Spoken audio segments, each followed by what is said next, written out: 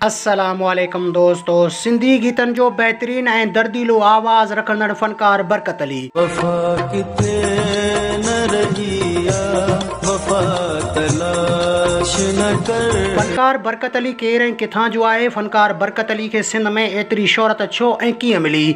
फनकार बरकत अली अॼुकल्ह फनकारी जी दुनिया खां छो परे आहे? तफ़सीली ॻाल्हि ॿोली शुरू करण खां पहिरियां जेकॾहिं तव्हां असांजे यूट्यूब चैनल ते नवां आया आहियो त महिरबानी करे असांजे यूट्यूब चैनल खे सब्सक्राइब करे घंटी जे बटन ते क्लिक करे ऐं नोटिफिकेशन ऑल करे छॾींदा। सब्सक्राइब करण सां अव्हां जो को बैलेंस कोन वेंदो, पर असांजी काफ़ी हौसला अफ़ज़ाई थींदी ऐं तव्हांखे बि वधीक वीडियोज़ ॾिसण वटां मिलंदा। हलूं था पंहिंजे मेन टॉपिक तरफ़ त सिंध जो भलो रागी बरकत अली। वरी वरी तुझी याद अचे रखी रखी जण चिण गबरे पई। बरकत अली 18 अगस्त 1960 ईस्वी धारे सखर में वलद रसूल बख्श भट्ट जे घर में जन्म वरितो। हिन फनकारी जी शुरूआती सिख्या पंहिंजे वालिद खां वरिती ऐं कुझु लफ़्ज़ ग़ुलाम अली खान खां बि सिखियाई। बरकत अली जो वालिद रसूल बख्श भट्ट पंहिंजे दौर जो बहितरीन फनकार थी गुज़रियो। बरकत अली फनकारी जी शुरूआत 1980 ईस्वी खां रेडियो ऐं टीवी खां कई।